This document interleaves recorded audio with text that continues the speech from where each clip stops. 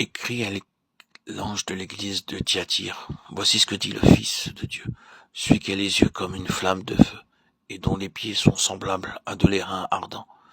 Je connais tes œuvres, ton amour, ta foi, ton fidèle service, ta constance, et tes dernières œuvres plus nombreuses que les premières. Mais ce que j'ai contre toi, c'est que tu laisses la femme Jézabel, qui se dit prophétesse, enseigner et séduire mes serviteurs, pour qu'ils se livrent à l'impudicité et qu'ils mangent des viandes sacrifiées aux idoles. Apocalypse 2, 18-20. Ils commencèrent à adorer la croix et graduellement ils introduisirent beaucoup d'images dans l'église et commencèrent à les adorer. Toutes ces coutumes païennes doivent être balayées. Beaucoup de chrétiens, plutôt que d'obéir à la parole de Dieu, ont introduit dans l'église toutes sortes de pratiques. C'est la raison pour laquelle il y a tant de stérilité. Toutes ces choses enlèvent la gloire du Seigneur Jésus-Christ. Dieu est esprit, et nous devons l'adorer en esprit et en vérité. Dieu est esprit, il faut que ceux qui l'adorent en esprit et en vérité. Jean 4, 24. Préserver la simplicité de l'adoration, libre des pratiques, des cérémonies et des rituels sans aucune signification. Souvent, la Sainte Communion devient uniquement une cérémonie.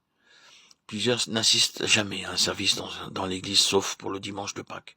Ils mettent un costume neuf, des chaussures neuves, mais non un cœur neuf, et participent à la Sainte Communion.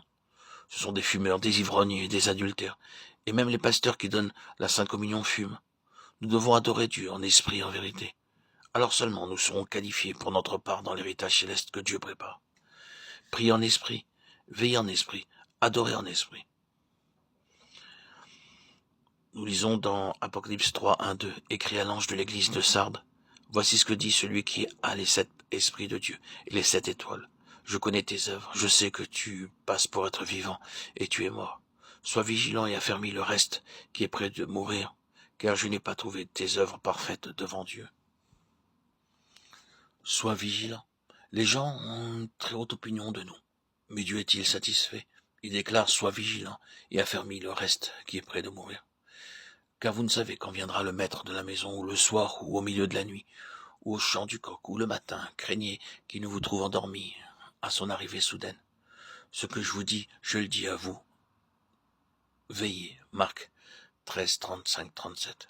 Ceci est une parabole pour illustrer la seconde venue du Seigneur, comme nous le voyons aussi au verset 34. Il en sera comme d'un homme qui, partant pour un voyage, laisse sa maison, remet l'autorité à ses serviteurs, indique à chacun sa tâche et ordonne au portier de veiller. Veillez est la clé. Veillons pour sa venue. Le Seigneur dit ici 2 choses. Il a donné à ses serviteurs l'autorité ou le pouvoir d'être ses témoins et d'accomplir sa volonté. Chaque croyant a reçu un travail, tandis qu'il est parti. Il a donné à chacun de nous une tâche à accomplir, et lorsqu'il reviendra, nous aurons à lui rendre compte de notre temps, de notre argent et de notre énergie. Alors nous saurons si notre temps fut bien employé ou non. Est-ce que mon temps et mon argent sont employés selon la volonté de Dieu? Seigneur, tu m'as donné 10 talents, en voici 10 de plus. Tu m'as donné 5 talents, en voici 5 de plus. Il nous est dit de veiller en attendant sa venue. De même, Christ, qui s'est offert une seule fois pour porter les péchés de plusieurs, apparaîtra une seconde fois à ceux qui l'attendent pour leur salut. Hébreux 9, 8. 9, 28.